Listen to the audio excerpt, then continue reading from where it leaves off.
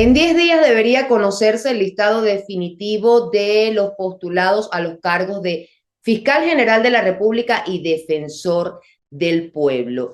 Sin embargo, el proceso ya genera polémica. Son dos puestos clave en el poder ciudadano en Venezuela. Sectores políticos y organizaciones civiles advierten sobre un posible acuerdo para repartirse estos puestos. Actualmente, Larry DeBoe es el fiscal a cargo y Tarek William Saab el defensor del pueblo.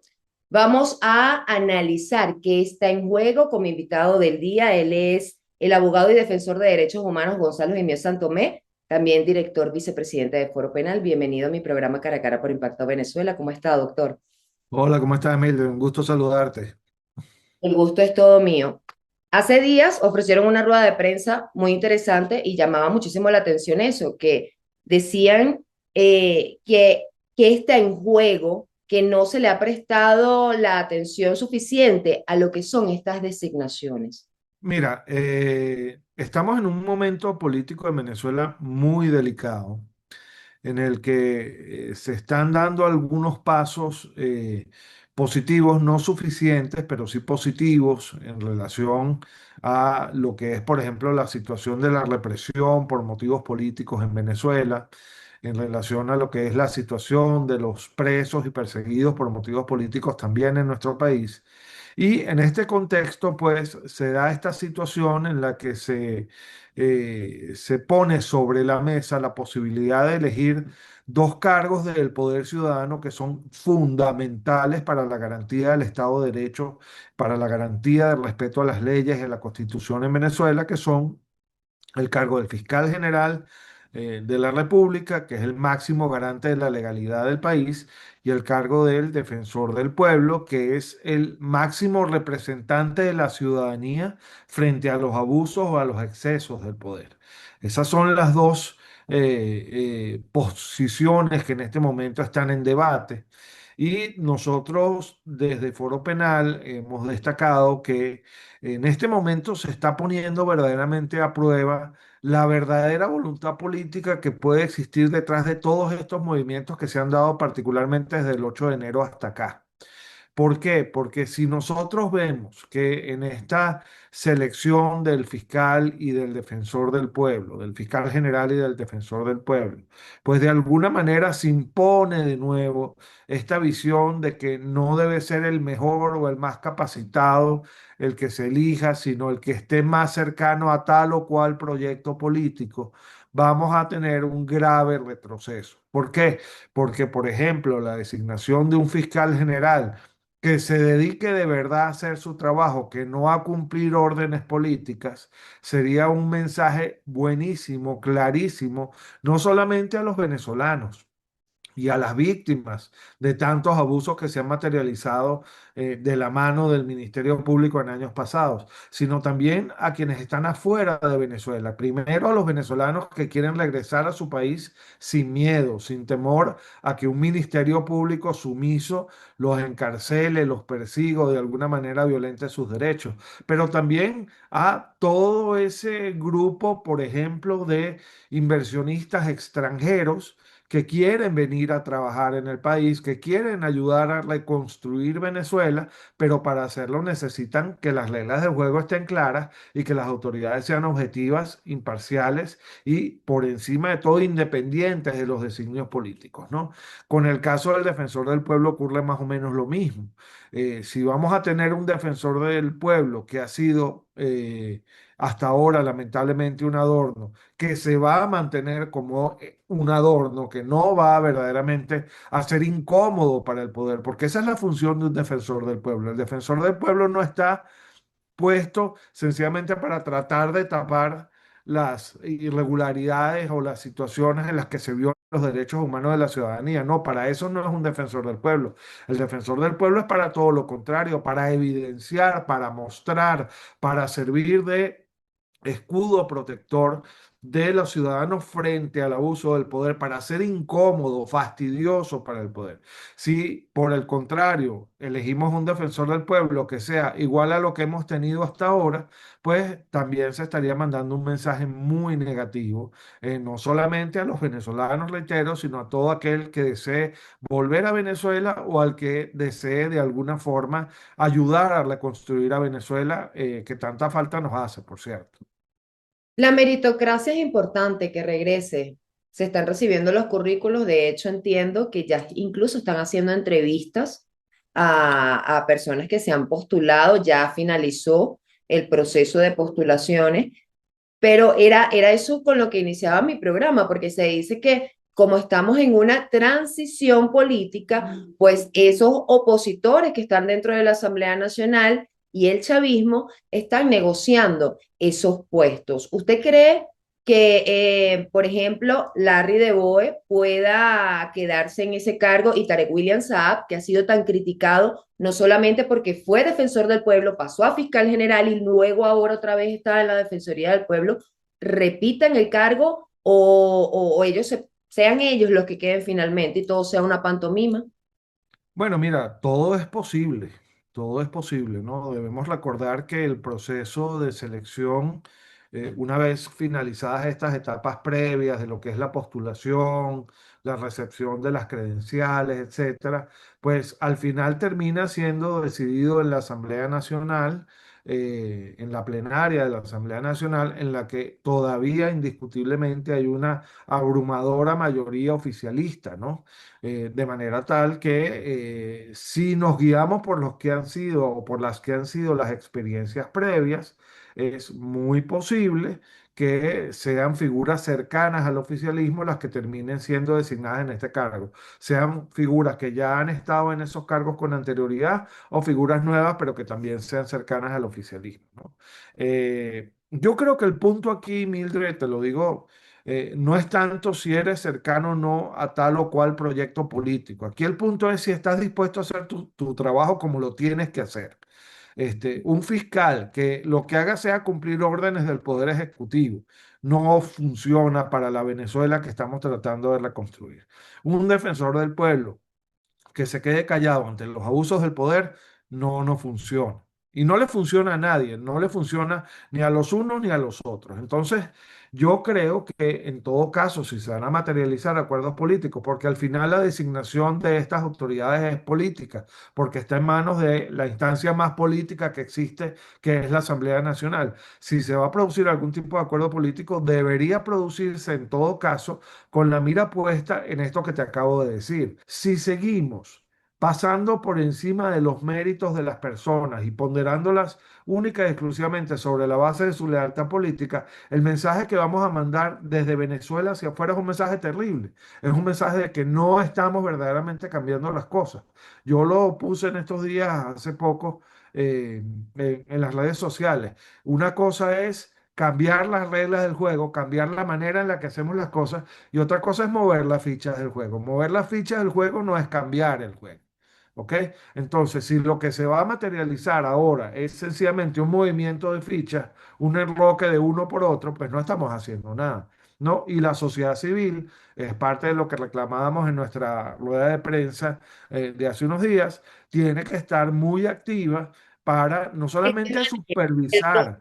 Ustedes decían que era importante que la ciudadanía estuviera muy atenta a estas designaciones, pero doctor, yo le pregunto, ¿cómo puede la ciudadanía estar atenta o hacer o decir algo sobre algún proceso interno si las amenazas siguen latentes a pesar de una ley de amnistía donde los mismos funcionarios que están a cargo del gobierno te dicen, bueno, se te perdonó lo que hiciste antes, pero si el 30 de abril tú cometes un delito, que no estamos claros en qué tipo de delito, porque si yo digo algo en contra del gobierno, para ellos es un delito, vas preso.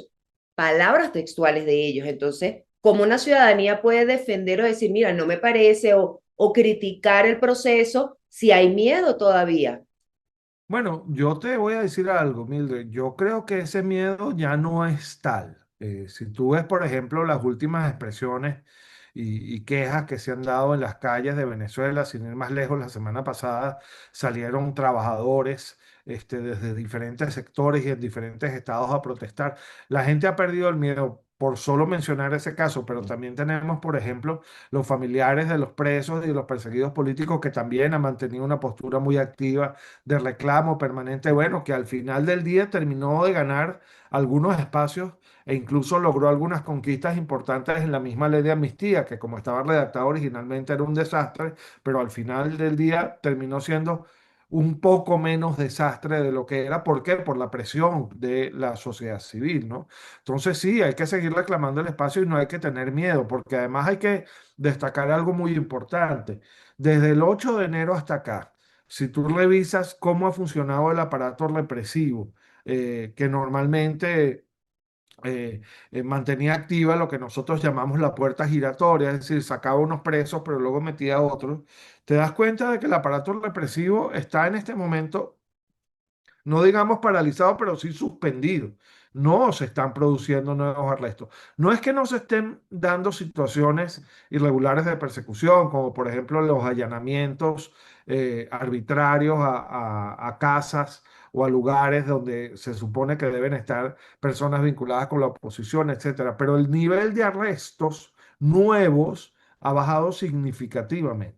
Y esto tiene que ver también con la pérdida del miedo. Entonces, ¿cómo hace la sociedad civil? Bueno, reclamando sus espacios, yendo a la Asamblea Nacional, yendo al comité de postulaciones, enviando comunicaciones, reclamando que se le permita por lo menos participar en las deliberaciones o por lo menos tener voz en esas deliberaciones para aceptar una opinión, una postura con respecto a cómo debe manejarse el proceso, incluso con respecto a quién debe ser seleccionado como fiscal general o como defensor del pueblo. O sea, hay muchos mecanismos y yo sí te digo, yo creo que el miedo sí ha disminuido sensiblemente y más allá de las amenazas que provienen, por cierto, además de sectores muy pequeños y muy privados de poder en este momento del gobierno.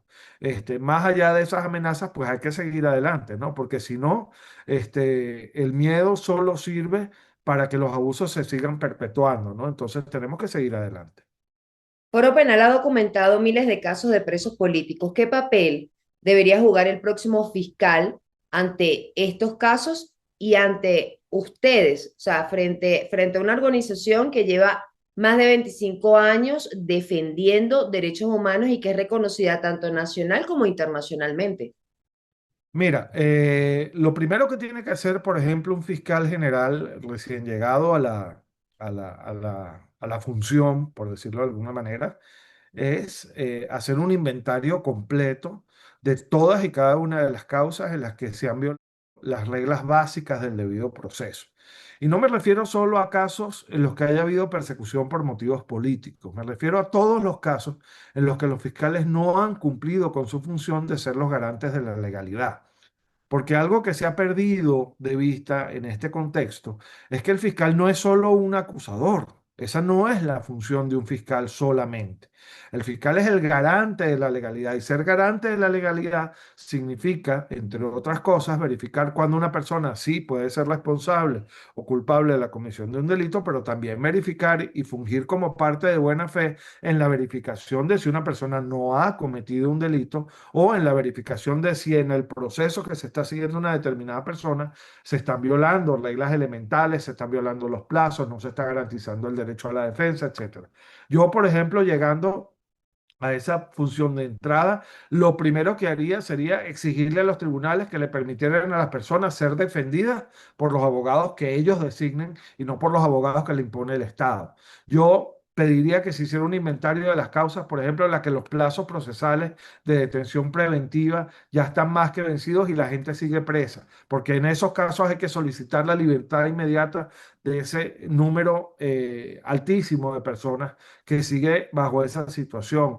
Verificaría cuáles son los casos en los que las imputaciones de la Fiscalía no han tenido sustento jurídico para desecharlas de inmediato. Trataría de establecer, y ahí contesto a la segunda parte de tu pregunta, alianzas con quienes han tenido que fungir durante todos estos años como esos representantes de la ciudadanía que no han sido las autoridades. Y en eso estamos entonces allí involucrados las ONG, porque las ONG a las ONG, y no hablo solo del Foro Penal, pero a las ONG en general, a lo largo de estos últimos 20 años nos ha tocado ser de alguna manera defensores del pueblo. ¿Sabes? Cumplir con una función que nunca se estaba cumpliendo. Entonces, establecer enlaces con las ONG. ¿Por qué? Porque a las ONG no se las puede seguir viendo como enemigas del poder, como contrarias a la fiscalía, como contrarias a la Defensoría del Pueblo. No, nosotros lo único que hacemos es llegar a donde ellos no llegan y mostrarle a las autoridades, como siempre lo digo, los rincones oscuros de la habitación que ellos no ven. Hay sitios, hay historias, hay situaciones que el Estado no conoce. Y no las conoce porque las instituciones se han dedicado a cumplir finalidades distintas de las que tenían que cumplir. ¿Quiénes tienen el registro de esas situaciones? Nosotros, Foro Penal, nosotros, las ONG. Entonces establece un canal de comunicación respetuoso con las ONG para preguntarles qué opinión pueden tener con respecto a ciertas y determinadas situaciones para hacer cesar las violaciones a los derechos humanos que se han materializado en el país. Pero más allá de eso, Mildred, la necesaria o el necesario desmantelamiento del sistema represivo pasa no solamente por la sustitución de autoridades, pasa no solamente por cambiar un fiscal que no ha servido para cumplir su función por otro que sí deba servir al cumplimiento de sus funciones. Aquí hay que, por ejemplo, replantearse la manera en la que trabajan los tribunales, replantearse la manera en la que trabajan los cuerpos de seguridad y policiales del Estado, replantearse las leyes que están vigentes en el país para adecuarlas a nuestra realidad y sobre todo para acercarlas más a los estándares internacionales del respeto a los derechos humanos. En todo ese trabajo, las ONG tienen un papel fundamental, porque somos las que además hemos registrado a lo largo de todos estos años todo lo que ha venido pasando. Entonces, yo fuera el nuevo fiscal general, yo fuera el nuevo defensor del pueblo, lo primero que haría es, primero, reitero, hacer un inventario de qué es lo que tengo en la mano, de qué es lo que se conoce, de lo que yo tengo en la mano, y después tender un puente de comunicación con quienes han visto los toros desde el otro lado de la barrera. ¿Ok? Para que esas personas puedan decirme dónde he estado fallando, o mejor dicho, dónde ha estado fallando mi institución para corregir esas fallas de inmediato. Yo te lo digo, Milde, por ejemplo, después del 8 de enero, cuando se anunció este bloque de encarcelaciones, que iba a ser un bloque bastante numeroso y que de hecho en realidad lo ha sido, quizás no a la velocidad que uno quisiera, pero sí lo ha sido. Después de este 8 de enero, nosotros empezamos a recibir muchísimos reportes de casos que no nos habían sido referidos antes. Y la gente no los refería porque tenía miedo, porque temía represalias, porque le habían dicho que no podía ir a las ONG porque entonces les iba a ir peor, etcétera. Y ciertamente hay un bloque importante de casos que califican y que pueden ser entendidos como casos de detenciones arbitrarias por motivos políticos, que es de lo que se ocupa específicamente el Foro Penal. Pero hay otra serie de casos, Mildred, que tienen que ver más con esta deslegitimación y desestructuración del sistema que con verdaderas situaciones de persecución por motivos políticos. Tenemos presos, por ejemplo, que nunca han sido trasladados a un tribunal y que permanecen presos y detenidos por largo tiempo sin que se realicen sus audiencias, sin que sus casos sean políticos, pero eso es una violación grave a sus derechos humanos. Tenemos casos también de personas que han sido imputadas por delitos que no cometieron o que fueron víctimas de actos de extorsión por parte de funcionarios policiales o de funcionarios de la fiscalía o de funcionarios de los tribunales, etcétera. Eso no califica en realidad como un acto de persecución por motivos políticos, pero son violaciones de los derechos humanos. Entonces, habría que revisar todo eso.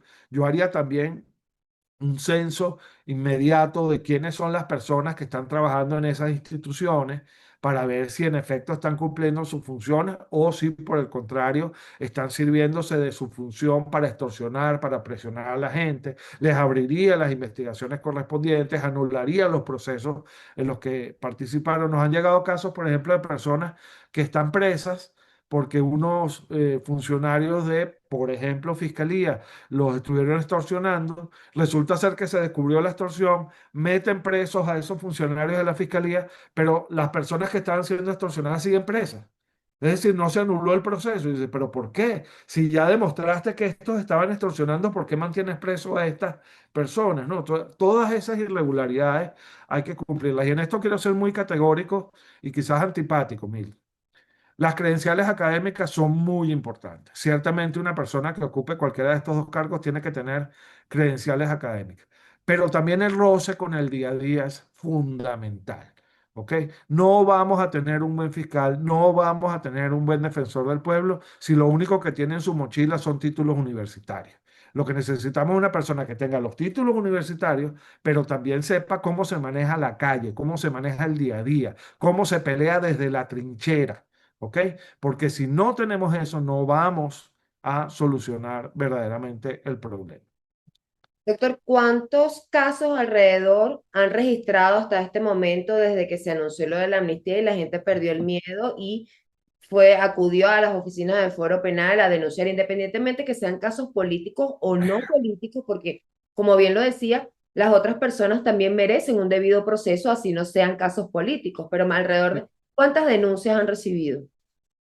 Mira, hasta este momento hemos recibido desde el 8 de enero más de 1.300 reportes adicionales de casos anteriores al 8 de enero. Esto es importante porque la gente escucha eso y dice, ay, pero es que entonces hay 1.300 presos políticos nuevos. No, lo que significa es que hay situaciones que nos han sido reportadas que estamos analizando.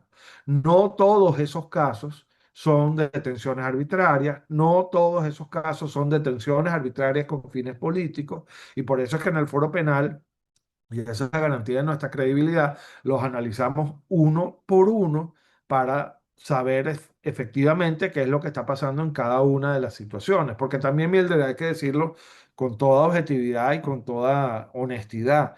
Hemos recibido reportes de casos de personas que de alguna manera, por ejemplo, están tratando de montarse en la ola de la ley de la amnistía cuando verdaderamente la ley de amnistía no les aplica.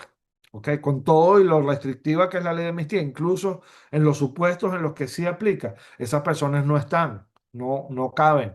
Entonces, claro, hay también como un movimiento muy importante de personas movilizándose para ver si la ley de amnistía los ampara o no los ampara y tal, lo cual es perfectamente válido y legítimo. Si tú tienes un familiar preso, lo lógico es que tú quieras que ese familiar no esté preso. Pero en este sentido nos ha tocado pues ser también un poco quizás antipáticos, porque nos ha tocado también decirle a muchas personas, mira, lamentablemente tu caso no califica como una detención arbitraria por motivos políticos, y no solo eso, tampoco calificas para la amnistía, ¿no? Y a veces la gente se molesta y tal, pero es que, como yo siempre lo digo, yo prefiero que tú te molestes conmigo porque yo te estoy diciendo la verdad, a que te molestes conmigo porque te estoy mintiendo, ¿no? Entonces, yo prefiero manejarme de esa manera. Pero entonces eso, si hemos recibido más de 1.300 reportes de casos anteriores, de casos viejos que estamos analizando. Lo que no quiere decir, lo reitero, que es que hay 1.300 presos políticos más. Eso no es la verdad. Estamos analizando cada caso. Seguramente un grupo importante de esos más de 1.300 serán, sí, detenciones arbitrarias por motivos políticos, pero hay otros que no lo son. ¿Cuál es la cifra actual de presos políticos hasta este momento que permanecen encarcelados? Bueno, hasta este momento, en el cierre que hicimos el viernes, era de 506 presos políticos calificados formalmente como tales, ¿ok? Igual seguimos verificando escarcelaciones, liberaciones. La ley de amnistía se sigue aplicando muy lentamente, no de la manera que uno quisiera, no con la amplitud que se necesita, pero bueno, se sigue aplicando. Y además de esto, en paralelo, se están ejecutando medidas de revisión de expedientes, de revisión, de medidas privativas de libertad que también están dando lugar a que la gente por lo menos salga de la cárcel.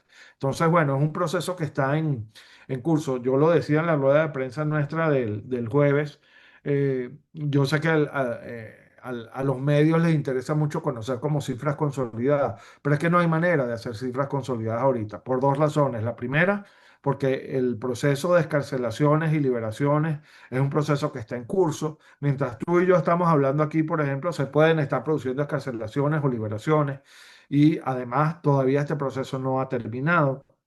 Y en segundo lugar, porque a medida que vamos revisando los más de 1.300 casos que nos llegaron, vamos eventualmente calificando algunos de esos casos como de presos arbitrariamente por motivos políticos, entonces entran en la estadística. Es muy difícil en este momento consolidar cifras. Gonzalo, para ir finalizando, ustedes han documentado alrededor de 18, 19.000 casos de detenciones arbitrarias de presos políticos a lo largo de todos estos años. La Asamblea Nacional recientemente hablaba de más de 7.000 libertades plenas que se han otorgado a través de esta amnistía.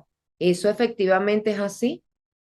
Mira, el Foro Penal en efecto ha registrado ya más de 19.000 arrestos. El arresto es el acto de privar de libertad a una persona. La detención es ya cuando esa persona que había sido arrestada, el tribunal le ordena, pues lo mantiene detenido y ya pues el preso como tal es el que, esto de acuerdo a los estándares internacionales, el preso como tal es el que ya está condenado. De todos modos, en el Foro Penal utilizamos la expresión preso político de manera general. Estos 19.000 casos de 2014 hasta acá se refieren a arresto, es decir, personas que fueron eventualmente privadas de su libertad, así hayan pasado solo unas pocas horas detenidos o privados de su libertad. ¿Ok? Cuando el poder habla de más de 7.000 libertades plenas concedidas, se refiere específicamente a las personas que estaban bajo medidas cautelares, es decir, que no tenían la libertad plena.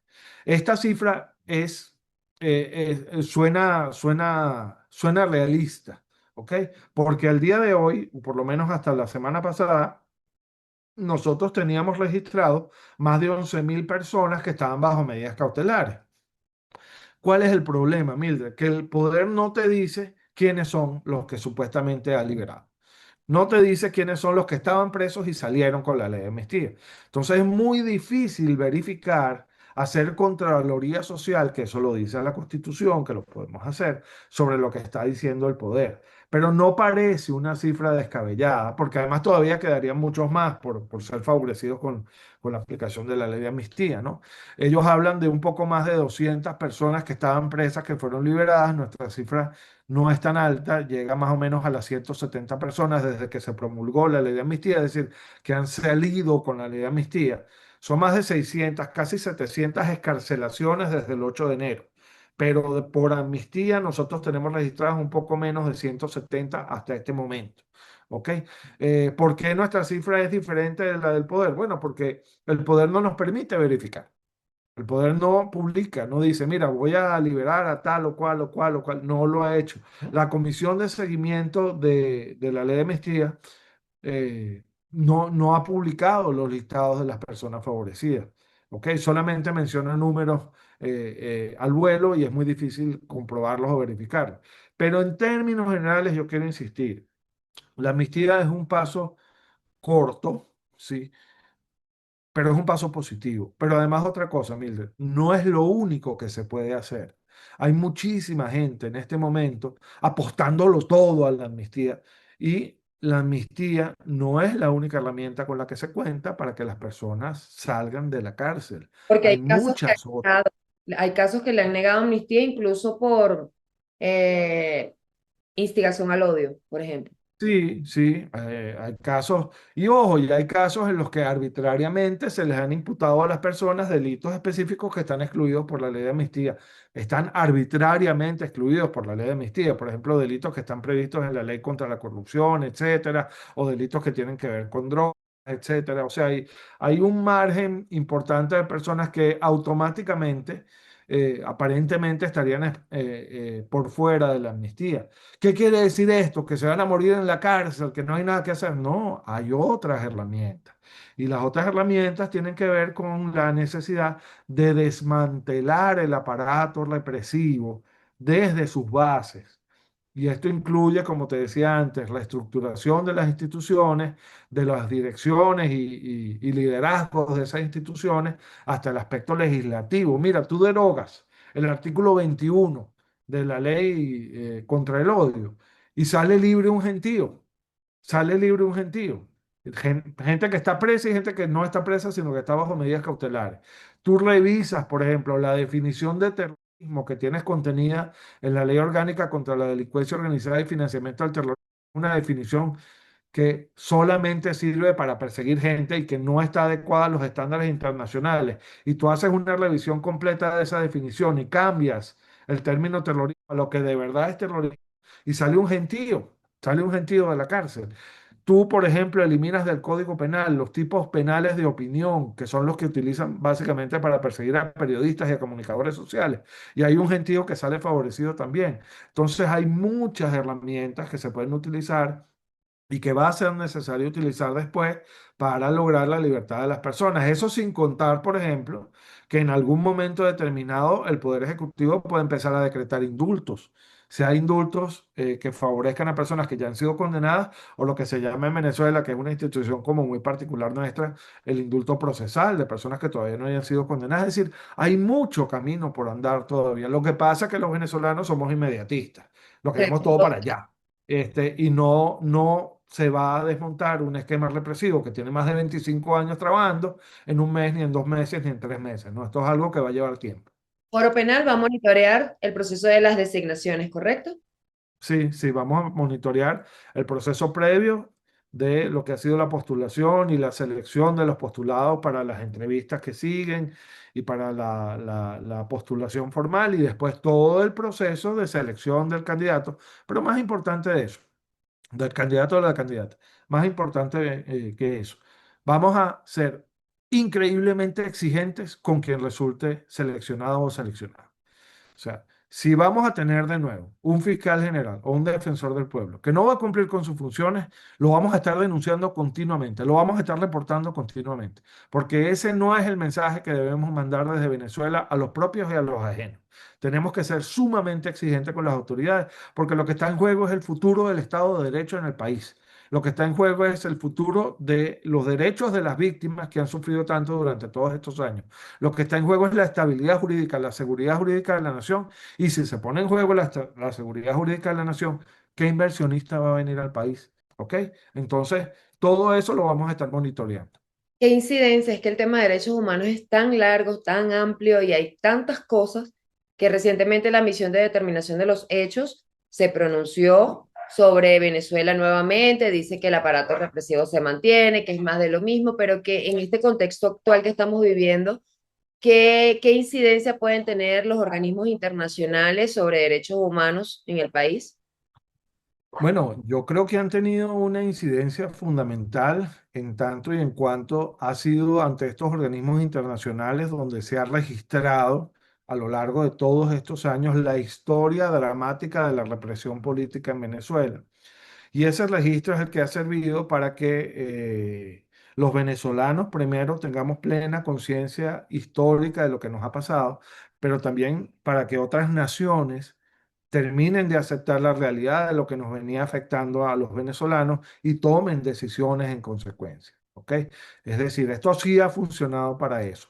De manera tal que yo sí veo un papel bastante activo de estos mismos organismos internacionales en todo lo que va a ser la construcción o la reconstrucción del Estado de Derecho. Y fíjate, como lo decía la misma misión para la determinación de los hechos, el necesario desmontaje, el desmantelamiento del aparato represivo.